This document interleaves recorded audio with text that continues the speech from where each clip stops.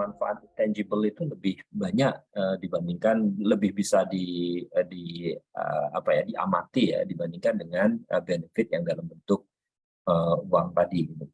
Nah, contoh umpamanya tadi ada isu yang kaitannya dengan compliance terhadap regulasi ya nomor 6 itu tadi ya. Ada tadi BPJS, terus kemudian ada Satu Sehat. Ya. Mungkin di pemerintah daerah juga ya, atau mungkin kalau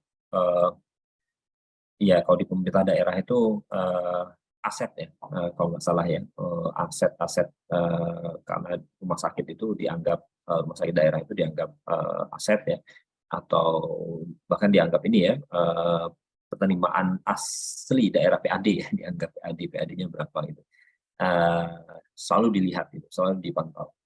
Nah ini mempermudah proses pemantauan itu salah satunya.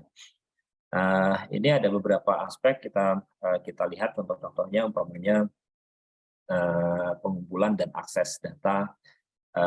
Ini berhubungan dengan produktivitas tenaga kesehatan, walaupun ya ini salah satu interview ini salah satu artikel, saya lupa ini artikelnya nggak saya cantumkan di sini ya. Ada yang kayak dia melakukan evaluasi secara kualitatif, menanyakan apakah rekam kesehatan elektronik yang digunakan ini dapat menghemat waktu pendokumentasian klinis atau tidak. Ternyata tidak, bahkan beberapa mengomentari bahwa wah pada saat saya menggunakan ini justru lebih lama karena proses adaptasi, ternyata data yang harus diisi harus lebih lengkap gitu ya, lebih konsisten gitu, sehingga untuk melakukan itu agak susah gitu. Kemudian apakah dia pulangnya lebih awal? Pulangnya lebih awal itu maksudnya pelayanan yang dilakukan itu lebih cepat atau tidak gitu ya. Ternyata ya tidak gitu, sama saja atau mungkin jauh lebih lama. Nah, tetapi ada hal lain yang itu berkaitan dengan pengurangan waktu terhadap mencari data pasien. Jadi mencari data pasien jauh lebih cepat, lebih mudah. Saya ingat dulu tahun 2000 sama ya tahun 2009 juga itu diimplementasikan di satu rumah sakit ya rekam medis elektronik, sebelum dia menggunakan bukan rekam medis elektronik ya, sistem informasi rumah sakit waktu itu ya, belum sampai ke rekam medis elektronik. Pada saat menggunakan kertas itu pasien yang nggak bawa kartu itu pusingnya minta ampun di bagian pendaftaran. Karena untuk memastikan bahwa rekam medisnya itu selalu apa ya, tidak baru lagi gitu ya, tidak nomor baru lagi, tapi selalu continuous. Nah, tapi pasiennya ini pasien rutin, dia pas nggak bawa kartu, terus kemudian akhirnya harus buka-buka logbook ya, ada buku gede gitu ya. Setiap kali ada pasien baru itu selalu saat pasien mendaftar itu di depan itu selalu ditulis ini nama siapa, ini siapa, diulang terus nulis kayak gitu. Belum termasuk nulis di rekam medisnya. Nah, logbook itu yang dijadikan dasar untuk mencari ini nomor rekam medisnya dulu kapan. Jadi ditanyain itu, Pak, Bapak, Ibu, dulu terakhir ke sini kapan? Oh, 1 bulan yang lalu.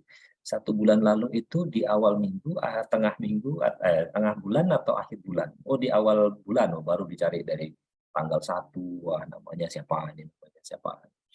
Nah, baru ketemu, baru kemudian dicari rekam medis. Nah, kalau sekarang mungkin nggak perlu lagi gitu, karena kita pakai identitas apapun yang kita miliki itu bisa dicari datanya, dan dengan mudah itu melanjutkan nomor rekam medis yang sama. Kemudian decision support ini juga berkaitan dengan mengolah data ya.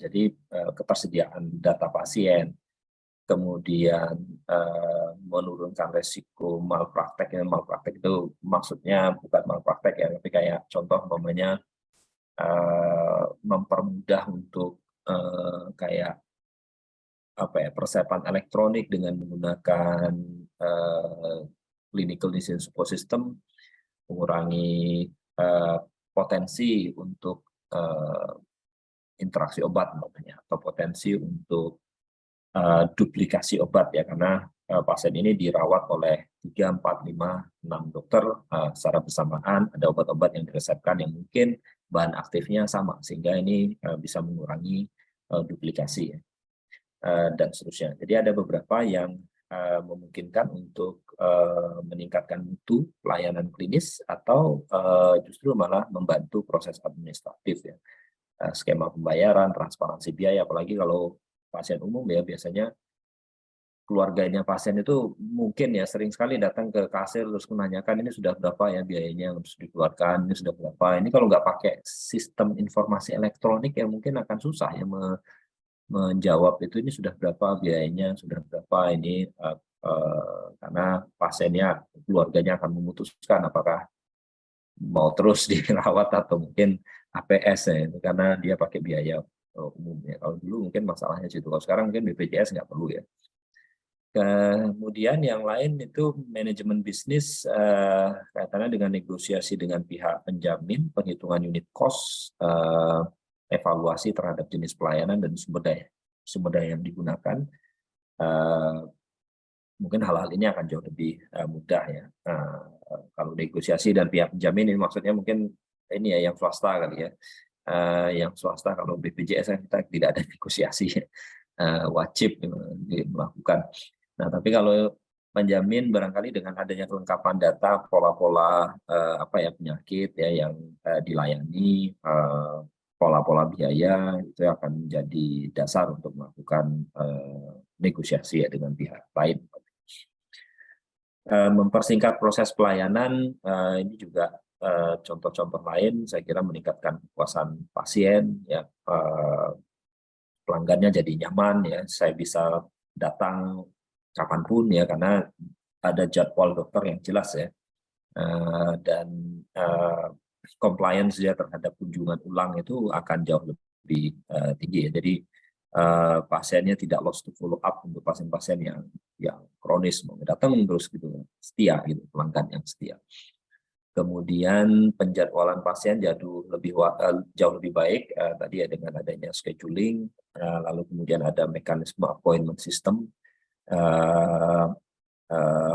apa ya meningkatkan efisiensi penggunaan sumber daya tadi ya, ruangan polikliniknya selalu keisi gitu, penuh ya dari pagi sampai sore atau bahkan sampai malam, sehingga ruangan itu bisa sangat optimal karena di ruangan itu mungkin ada USG, ada apa ya, ada alat-alat tertentu yang kemudian dipakai untuk pelayanan. Kemudian ya ini menurunkan pasien yang not show.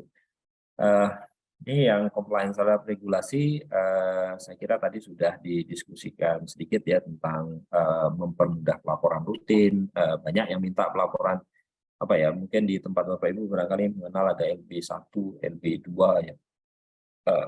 Terus kemudian ada apa lagi ya yang laporan itu ada Permenkasnya nomor 1171, tahunnya saya lupa tahun berapa, yang format-format pelaporan yang harus dilaporkan ya ke Kemenkes atau mungkin ke pihak otoritas ya di dinas kesehatan. Ini mempermudah untuk itu.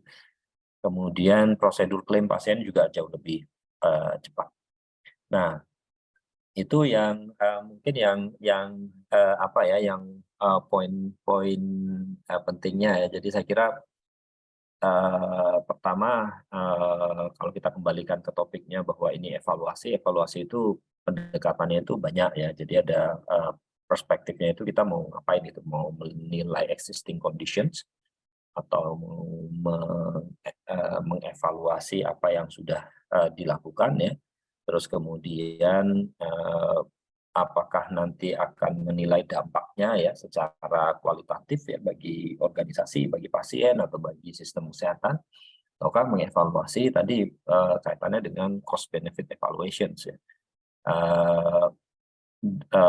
Dan kalau melakukan evaluasi cost benefit evaluation ya kebanyakan kita benefitnya itu prediksi ya tadi ya, memprediksi, menghitung, mengkalkulasi sesuai dengan apa yang kemungkinan menjadi benefit ya dari penerapan rekam medis elektronik, karena ternyata dampak yang secara intangible itu jauh lebih banyak ya didapat ya, dan ini mungkin bisa lebih jelas ya, lebih secara kualitatif itu jauh lebih mudah untuk mengidentifikasi itu gitu, dibandingkan tadi ya secara kuantitatif dengan pendekatan cost benefit